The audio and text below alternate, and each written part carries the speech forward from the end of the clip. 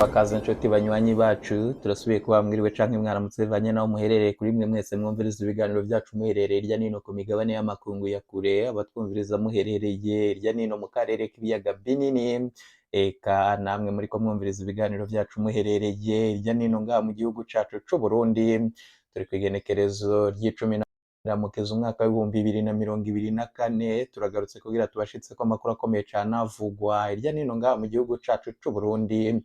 Eka ndagukengurukire cane wahejeje gufyonda sabone, kuba atarabikora ndabasabe kumanuka munsi y'ivideo muraba handitse ijambo sabone mufyondeko, muraca mubona hari akazogera naho nyene mufyondeko, hama tuje turabana amakuru n'ibiganiro tubashitsa ku munsi, ingingo nkuru nkuru ziza kugira ibiganiro vyacu vy'uno munsi, turazifatira ku makuru akomeye cane ahejeje kudushikira mu nyuma z'uko irya nino ngaha mu gihugu cacu c'Uburundi abanyagihugu bariko baragenda babwirana amakuru ajanye n'amatora yimirijwe mu mwaka w'ibihumbi bibiri na mirongo ibiri na gatanu. Kuri ubu ngubu amakuru akomeye cane ahejeje kudushikira n'ayuko umukuru w'igihugu nyene icubahiro General Major Evariste Ndayishimiye yatanguye gufata ingingo zatanguye gutera ubwoba abanyagihugu ku vyerekeye ayo matora. Izo ngingo ziri gufatwa zirakomeye cane, se hagiye kuba iki ngaha mu gihugu cacu c'Uburundi?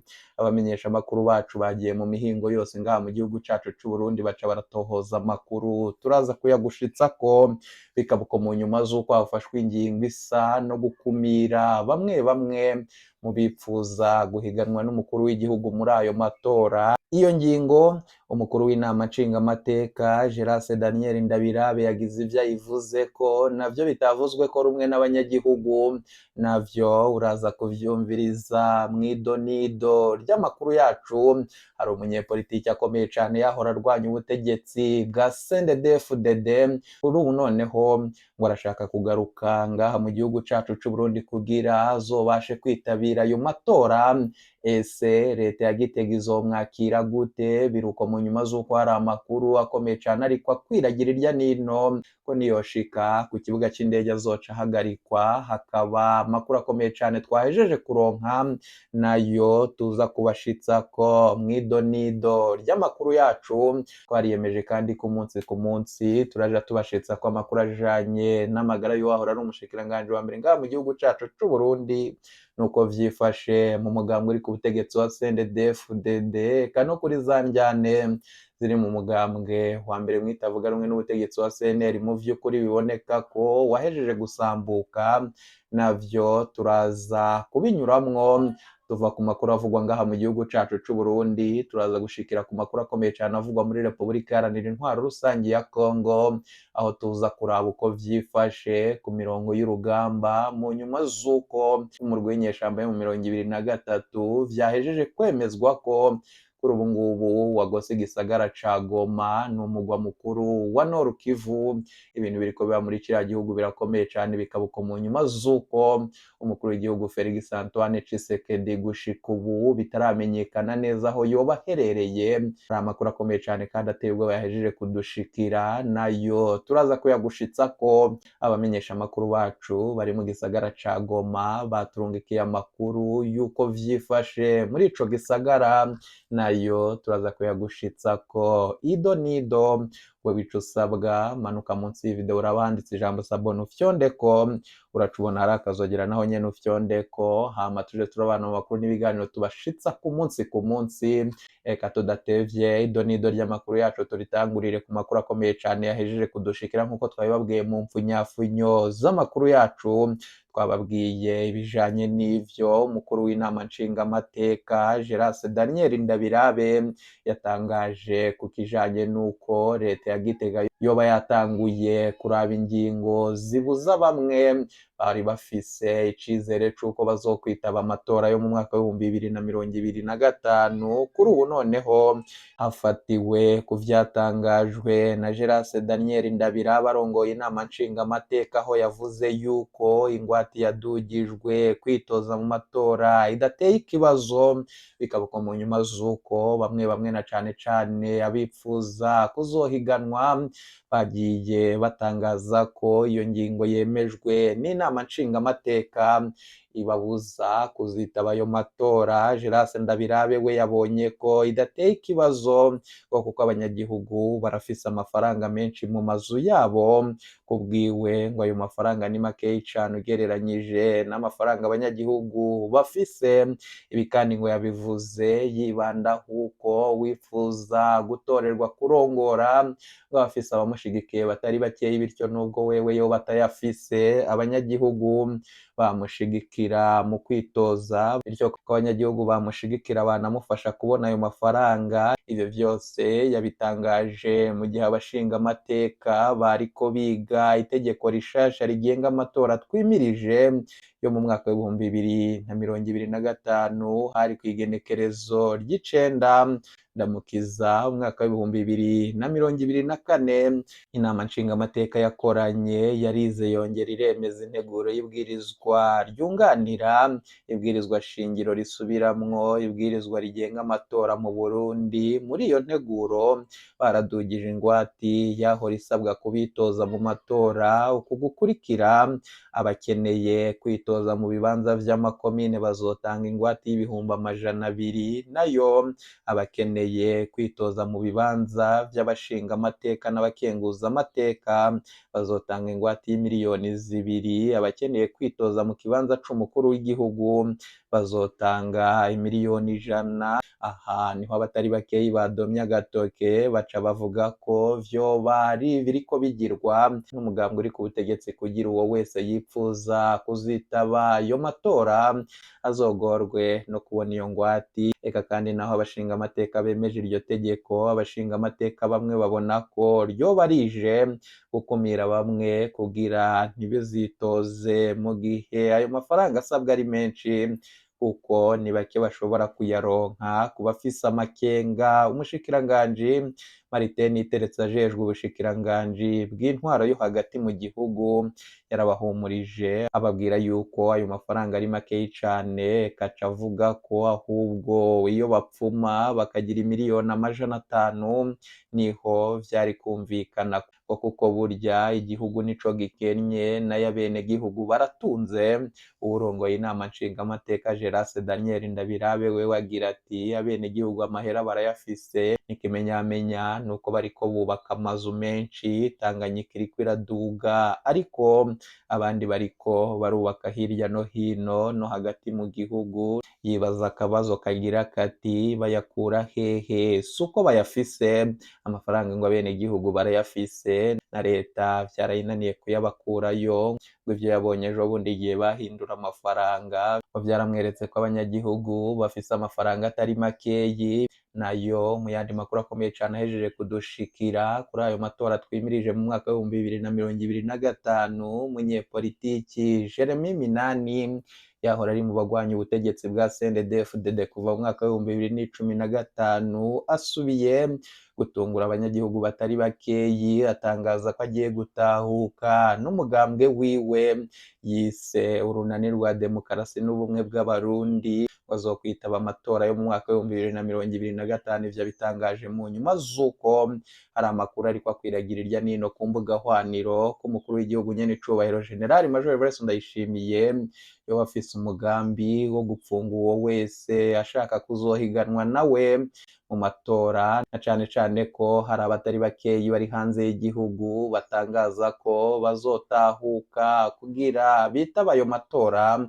Ese umugambwe CNDD-FDD koko uzofata ingingo ikomeye nk'iyo yoca ikwega akarambaraye ngaha mu gihugu cacu c'Uburundi, abatari bakeyi bagasubira guhunga igihugu, canke se General Major Evariste Ndayishimiye azogira ibihushanye n'ivyo abanyagihugu bibaza? Jeremy Minani kandi yasubiye gutungurana atangaza ko umugambwe wiwe kuva ubu uhagaritse burundu umugambi wo kurwanya no gucafuza ubutegetsi bwa Evariste Ndayishimiye. Jeremy Minani mu majambo yiwe yagize ati mu mugambwe urunani rwa demokarasi n'ubumwe bw'abarundi tumaze guca hirya no hino impinduka za politiki zabaye mu gihugu c'Uburundi kuva umukuru w'igihugu Evariste Ndayishimiye yashitse ku butegetsi, tumaze kwihweza kandi urugamba twinjiyemo kuva kuwa 26 Ndamukiza umwaka w'2015 aho rugeze naho twipfuza kurushitsa twihweje imigabo n'imigambi yatumye umugambwe wacu uvuka mu mwaka w'2010 akaba yaciye afata ingingo nkuru zikurikira. Iyiza ku mwanya wa mbere nuko kuva kw'igenekerezo rya mbere Nzero umwaka w'2024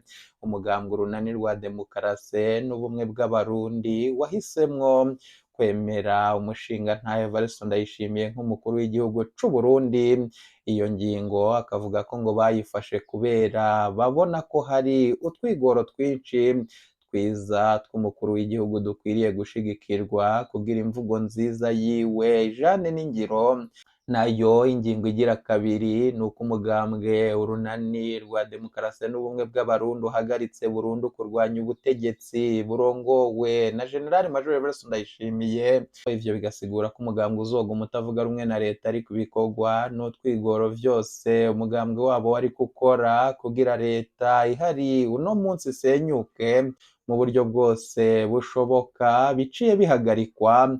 Muri iyo ntumbero nyene umugambwe urunani rwa demokarasi n'ubumwe bw'abarundi ntuzosubira kuburagiza imigambi yose ya leta nk'uko vyahora kuva mu mwaka w'2015. Uyu mugambwe kandi ugiye gutangura gushigikira imigambi ya leta ya CNDD-FDD. Uyu mugambwe wabo ugiye gutangura gushigikira imigambi myiza ya leta y'u Burundi. Itazobirashe nayo ngo bazobandanya kuyiyamiriza.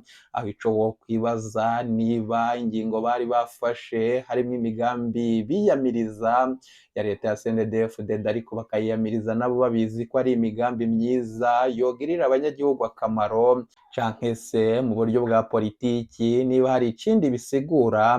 Ni amakuru akomeye cane adushikira, bikaba uko mu nyuma z'uko ingingo igira gatatu yoyo ivuga ko umugambwe urunani rwa demokarasi n'ubumwe bw'abarundi nta ruhara na rumwe uzosubira kugira mu mugambi utuma umutekano n'itunga ry'igihugu bitituka canke ishusho y'u Burundi mu makungu itituka.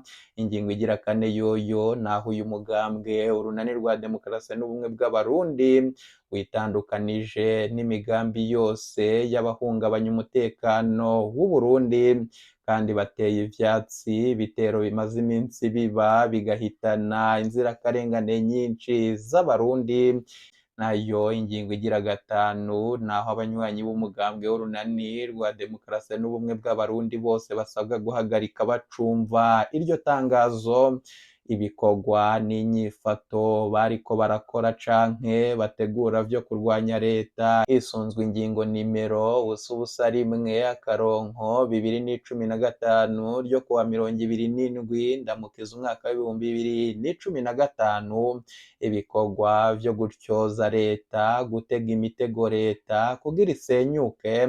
Yatangaje kandi ko basezereye gutoba canke kwigira mu menshi imigambi yose ya leta. Nayo ingingo igira gatandatu naho umugambwe urunani rwa demokarasi n'ubumwe bw'abarundi utagishigikiye inzira zose zo guhindura intwaro mu Burundi bidaciye mu matora. Muri iyo ntumbero nyene uyu mugambwe ngo ugiye gutuma indongozi zose z'umugambwe ziri mu buhungiro zitahuka mu gihugu zitegure kwitabira ibiringo vyose vy'amatora yimirijwe mu mwaka w'2025. Ivyo vyatangajwe mu nyuma z'uko abanyagihugu batari bakeyi kuri ubu bavuga ko leta ya CNDD-FDD iriko irategura igikorwa gikomeye cane co kwiba amatora.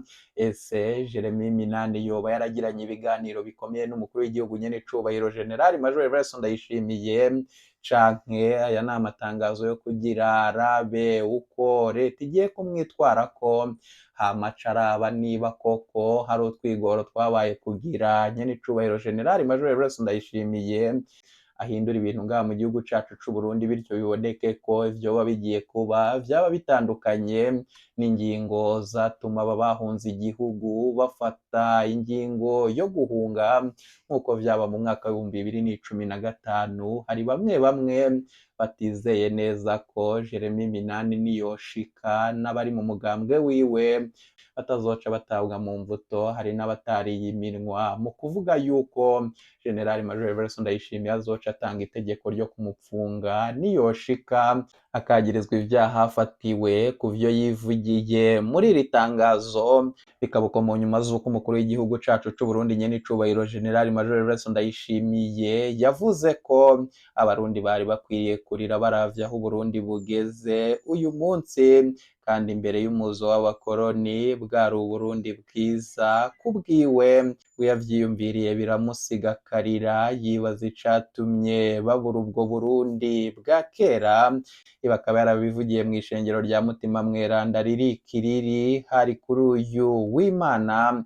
Muri ico gisabisho umukuru w'igihugu Evariste Ndayishimiye yavuze ko Burundi bw'imbere y'umuzo w'abakoroni bwari Uburundi bwiza cane, agafatira ku karorero k'Uburundi bwo mu mwaka w'igihumbi kimwe amajana inani mirongo icenda na gatandatu aho abarundi bashobora gucura amasuka mu butare bwabo. Evariste Ndayishimiye yagize ati nimwiyumvire Uburundi bw'imbere y'umuzo w'abakoroni, mwiyumvire ubwo Burundi ingene bwari bumeze, muce mwiyumvira iyo vyari kubandanya kurya kugera uyu munsi Uburundi buba bugeze he. Abandanya agira ati yumvira ingene Uburundi buba bumeze, genda murabe ibihugu vyose biteye imbere aho vyahereye, muce muraba aho bigeze, muce muraba Uburundi bwo mu mwaka w'igihumbi kimwe amajana inani mirongo icenda na gatandatu ingene bwari bumeze, aho mwiyumvira Uburundi ingene bwari bumeze ntimworira. Yavuze kandi ko hari igihe avyiyumvira akarira kubera ubwo Burundi butagihari, naho umukuru w'igihugu nyene icubahiro General Major Evariste Ndayishimiye avuga ko nta minsi yari iheze mu kwezi kwa kabiri amenyesheje abarundi ko igihugu arongoye abanyagihugu bose banezerewe keretse abemeye kuba baja b'igihugu cibanyi c'u Rwanda. Aho mbere yagiriye ko abahamagarira kuza mu gihugu c'umunezero mu Burundi. Muri uko kwezi nyene yaravuze ko Burundi ari umurima wa Edeni uvurwa muri Bibiliya. Ivyo n'ivyatangajwe n'umukuru w'igihugu cacu c'u Burundi. Eka noneho tudatevye tugaruke ku makuru akomeye cane twababwiye, n'amakuru ajanye n'amagara y'uwahora ari umushikiranganji wa mbere ngaha mu gihugu cacu c'u Burundi, General de Police Guillaume Bunyoni. Mu nyuma z'uko mu minsi iheze yararemvye cane bivanye n'uko yakubaguwe n'amahiri yakubitwa ubwo umukuru w'igihugu nyene icubahiro General Major Evariste Ndayishimiye yari mu mugambi wo kumugandagura imbere y'uko yoca arekurwa canke urubanza rwiwe rwasubirwamwo. Kuri ubu noneho amakuru akomeye cane adushikira nyuma y'uko umuryango wiwe uteye akamo. Kuri ubu biravugwa ko nubwo yankiwe kuja kuvurirwa hanze y'ibohero, ariko kuri ubu ariko aritabwako n'abaganga. Umwe mu bacungera ibohero waduhaye amakuru akaba yatubwiye ko kuri ubu ngo biboneka ko amagara yiwe yoba atanguye kwifata neza, ata kibazo gikomeye afise. Umutambukanyi wiwe yemeje ivy'ayo makuru avuga ko bazabandanya gukurikirana ubuzima n'umutekano w'uwabo muri iryo bohero. Ese General de Police Guillaume Bunyoni urubanza rwiwe ruzosubirwamo ryari, canke se bazorindira babure gushika agandaguriwe mw'ibohero nk'uko vyipfuzwa umunsi ku wundi na bamwe bamwe mu bategetsi badashigikiye ko ico gihangange gisubira kurekurwa kugira kidegemvye mu gihugu cacu c'u Burundi. Hari amakuru akomeye cane tukigirako amatohoza, ibizagenda bidushikira bibashitsa ko vyose ido nido. Nayo mu makuru akomeye cane adushikira ava mu mugambwe wahora ari uwa mbere mu yitavuga rumwe n'ubutegetsi, kuri ubu biboneka ko wahejeje gusambuka, ata wundi ni umugambwe wa CNL wahora ari uwa Agathon Rwasa. Kuri ubu ibintu biteye ubwoba biriko biba mw'uwo mugambwe mu nyuma z'uko turindiriye amatora yo mu mwaka w'ibihumbi bibiri na mirongo ibiri na gatanu. Hari amakuru akomeye cane yataguye gukwiragira irya nino ku mbuga hwaniro ko uwo mugambwe utazokwitaba amatora. Ni mu nyuma z'uko hari indyane zikomeye cane muri uwo mugambwe, na cane cane mu banywanyi bawo mu nyuma z'uko umugambwe uri ku butegetsi wa CNDD-FDD wakoze ibishoboka byose kugira usambure uwo mugambwe, aho mu gipfungu gikomeye cane indongozi zaciye zihindurwa kuri ubu agatorwa Rwasa wahora arongoye uwo mugambwe ari n'umushingamateka ariko aragendwako n'akarwi k'abantu batazwi aho agiye hose akavuga ko ari abantu bashiriweko kumugandagura.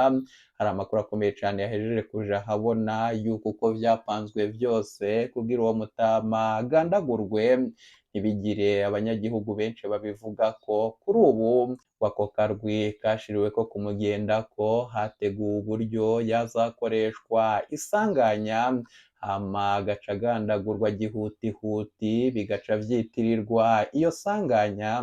Ni amakuru akomeye cane twahejeje kuronka, abamenyesha amakuru bacu bariko barabigirako amatohoza, ibizagenda bidushikira tuzabibashitsako vyose ido nido. Nayo mu yandi makuru akomeye cane adushikira ava mu gisagara ca Goma muri Repubulika Iharanira Intwaro Rusangi ya Kongo, kuri ubu ibintu vyakomeye cane hari kuvugwa amakuru akomeye cane ajanye n'igitero cagabwe muri ico gisagara, abanyagihugu batari bakeyi baca barahasiga agatwe. Ni mu nyuma z'uko amakuru akomeye cane ariko akwiragira irya nino ku mbuga hwanira ari uko ico gisagara cagoswe n'umurwi w'inyeshamba mu 2023.